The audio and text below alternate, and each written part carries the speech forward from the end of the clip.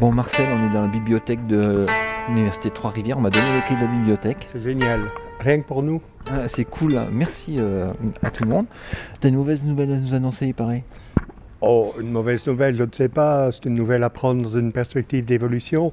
Mais réellement, je ne sais pas, dans 5 ans, dans 10 ans, dans 50 ans, mais je pense réellement que dans l'enseignement, le temps du magistral est révolu. Ah, Ben oui, qu'est-ce que tu veux, la société évolue, les technologies sont là. Ce que je veux dire, pour être plus précis, c'est que l'enseignement magistral, tu vois, il nous vient un peu de la nuit des temps, hein, de la tradition orale, la création des universités au XIIe, XIIIe siècle. Il n'y avait pas de bouquins à ce moment-là, hein, il y avait des incunables, des choses comme ça. Et donc, c'était vraiment nécessaire de réunir des personnes dans un même lieu, en un même temps, tu sais, amphi 36 à 14 heures, pour venir écouter la parole. Et il y a des mots qui sont restés, hein, la chaire de pédagogie, les anglo-saxons disent lecture, on fait la lecture, etc. Alors bon, écoute, on est quand même 6 siècles minimum après, on n'est plus à une époque où les ressources sont rares. Michel Serres dit, tu sais, dans la parabole Petite Poussette, là, il nous dit pratiquement arrêtez de transmettre, tout est transmis. Il veut dire par là que ce n'est plus tellement la transmission des savoirs qui importe, mais doter les étudiants des compétences pour savoir où, quand, comment utiliser les savoirs au sein de problèmes et de projets. Et par rapport à ça, moi je trouve que quand on dit le magistral est révolu, c'est un peu fort, hein. On a toujours besoin de moments de synthèse, etc. Et c'est très bien. Mais j'ai un concept que je trouve très intéressant et qui est celui des flipped classrooms, les classes inversées. tu inverses ta classe, c'est-à-dire que tu la prends à l'envers. Non, je ne demande pas aux étudiants de s'accrocher au plafond, c'est pas vraiment ça. Mais pour être le plus clair possible, hein, je vais t'expliquer ça comme ça. C'est caricatural, hein, mais les caricatures, ça nous aide à comprendre ce qui est au milieu des pôles. Alors, traditionnellement, le prof, il donne son cours en amphi, dans un lieu, en un temps. Et l'étudiant, il rentre chez lui, dans sa chambre d'étudiant, chez ses parents, et il doit se prendre la tête entre les deux mains et commencer à apprendre. Autrement dit, l'enseignement se fait en présence et l'apprentissage se fait à distance, la distance du prof. Alors moi, ce que je propose par rapport à ça, c'est d'inverser. Pourquoi est-ce que l'enseignement ne se ferait pas à distance ? Alors comment est-ce qu'on fait ça ?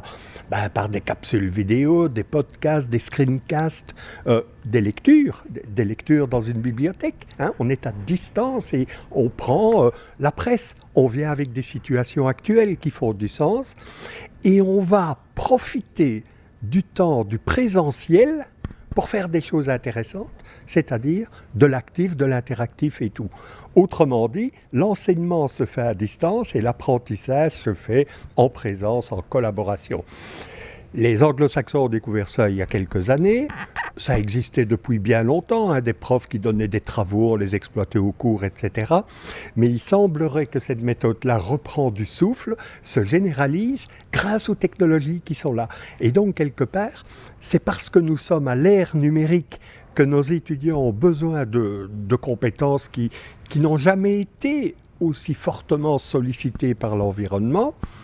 Et ensuite, ces technologies nous permettent aussi de créer des dispositifs où quelque part l'enseignant va auprès de l'étudiant où qu'il soit pour transmettre son savoir, libérer l'amphi de la transmission et permettre des activités intéressantes. Génial, ça réunit les notions de compétences, de méthodes actives et de technologie, pas pour faire joli, mais pour faire des valeurs ajoutées. Mais Marcel, tu t'emballes là, les étudiants, ils sont pas prêts à ça. Ah non, Ouais, et les profs non plus. Non, les étudiants, ils font leur truc, ils ont l'habitude de recevoir quelque chose et le potasser après. Ouais. Si tu leur demandes de réfléchir avant un cours, de lire, comment tu vas le scénariser, parce que moi j'ai plein de profs qui me disent, je mets mon PowerPoint avant d'aller en cours, ils le lisent pas.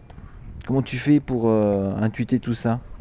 Bon, tout d'abord, oui, c'est vrai qu'on entend, je mets mon PowerPoint sur la plateforme et les étudiants ne le lisent pas. Alors moi, je ne réponds à ça, ils ont bien raison. Le PowerPoint n'est pas un outil d'apprentissage, c'est un outil de présentation. Hein, j'ai envie de casser un peu ce truc, voilà. Si c'est un bon PowerPoint, Ça veut dire, il donne le squelette, il donne la structure de l'exposé, il donne pas la chair, et donc il peut pas être utile pour apprendre, ou bien alors c'est un très mauvais PowerPoint, tu sais, où on a 40 lignes de 250 caractères, et à ce moment-là, c'est plus un outil de présentation. Hein, donc ça, c'est une première chose. La deuxième chose, c'est la question du temps. Hein. Tu as dit, les étudiants ne sont pas prêts, les profs, évidemment, ils ne sont pas prêts non plus. C'est bien pour ça que j'ai dit, ce dont je parle, c'est peut-être pas pour demain, pour après-demain, ça va être long. Il ne s'agit pas ici seulement d'investissement, de formation, d'investissement d'infrastructures, etc. Mais c'est vraiment une révolution d'état d'esprit. Hein, d'état d'esprit, les anglo-saxons diraient mindset, quoi, de façon de voir les choses. Et vraiment, les technologies, elles n'apportent pas des petites choses cosmétiques, hein, des petits changements, des petites évolutions, mais c'est des changements radicaux. Et l'être humain et les enseignants, ils prennent du temps pour faire tout ça. Mais ce qui est important, c'est qu'on montre que c'est possible. Et moi, je considère que par rapport à tous ces discours, méthodes actives, technologies qui font peur, les classes inversées, elles permettent d'aller doucement dans l'évolution. On n'est pas obligé de faire ça pendant les 14 semaines de cours. On peut dire qu'on va faire ça de la semaine 4 à la semaine 6, en proposant, par exemple, une vidéo, une belle conférence, le cours, le prof se filme, etc., à distance. Demander aux étudiants de mettre leurs commentaires, opinions, suggestions, questions dans un forum. Le prof fait une carte mentale de tous ses avis et il va exploiter ça dans l'amphi, tu vois. Ça, moi, je trouve qu'un prof, même qui a encore des idées sur l'importance de la transmission des savoirs, il perd pas tout. Parce que quelque part, les savoirs sont toujours transmis. Mais quelque part, on exploite tout ce temps qui est en dehors des 2 heures de cours pour accompagner l'apprentissage, tu vois. Et donc, je trouve que ce n'est pas une méthode révolutionnaire, c'est une méthode évolutionnaire. Je vais te raconter. En 1972, je vais donner... 72, je traduis. 72, pardon. Je rentrais étudiant à l'Université catholique de Louvain. Et j'avais un cours de mécanique rationnelle.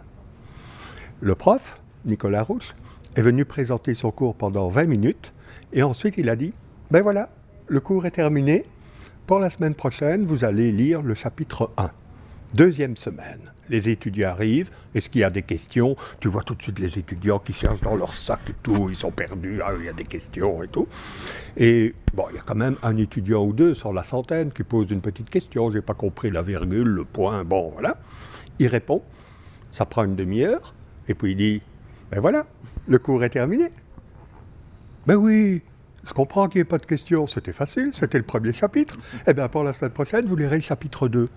Eh bien, après la 3e, la 4e semaine, on avait compris que si on voulait que le prof entame ce dialogue qu'il souhaitait avec nous, ben, on devait apporter quelque chose. Et tu vois, ça se passait il y a, allez, combien? Près de 35 ans, plus de 35 ans.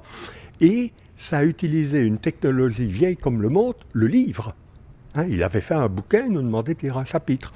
On peut aussi donner des thèmes à des groupes d'étudiants et dire pendant 2 semaines, le groupe 1 vient présenter, le groupe 2, etc., etc. On peut demander des travaux, on peut demander aux étudiants de déposer leurs travaux, profiter de l'amphi pour faire des querelles, si tu veux, intergroupes, où chaque groupe va critiquer le travail de l'autre. Est-ce que tu te rends compte que cette méthode-là, elle nous libère du temps et de l'espace? Moi, je trouve ça vraiment fabuleux. Alors évidemment, il y a les grincheux qui me disent « Ouais, mais on fait ça depuis toujours, etc. » Écoutez, soyons une fois réalistes. Arrêtons de critiquer tout le temps les idées innovantes en prétextant qu'on le fait depuis toujours, en demandant à ces méthodes innovantes de faire leurs preuves. Prouvez-moi que ça fonctionne, alors qu'on n'a jamais demandé aux transmissifs de faire les preuves qu'ils fonctionnent. Ça fonctionne pour 20% des étudiants. Exactement. Pas pour 80% des autres. Les résultats en première année sont quand même édifiants. Et donc, moi, je trouve, essayons.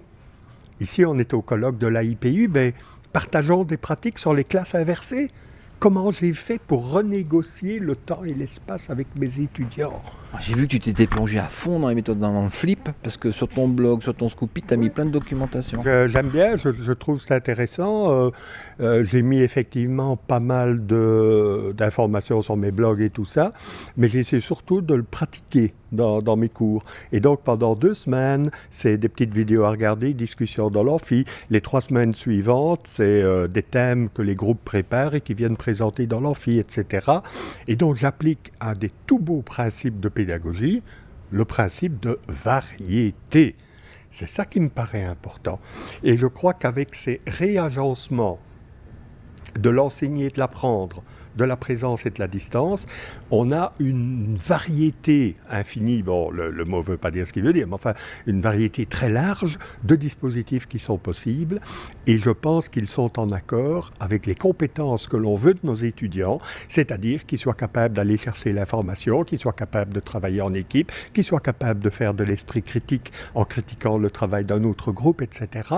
Donc, ben voilà, on va essayer les Flipped Classroom. Alors, allons flipper. On va flipper. Flip the coin. Flip the coin. Allez, salut Christophe. Au revoir Marcel.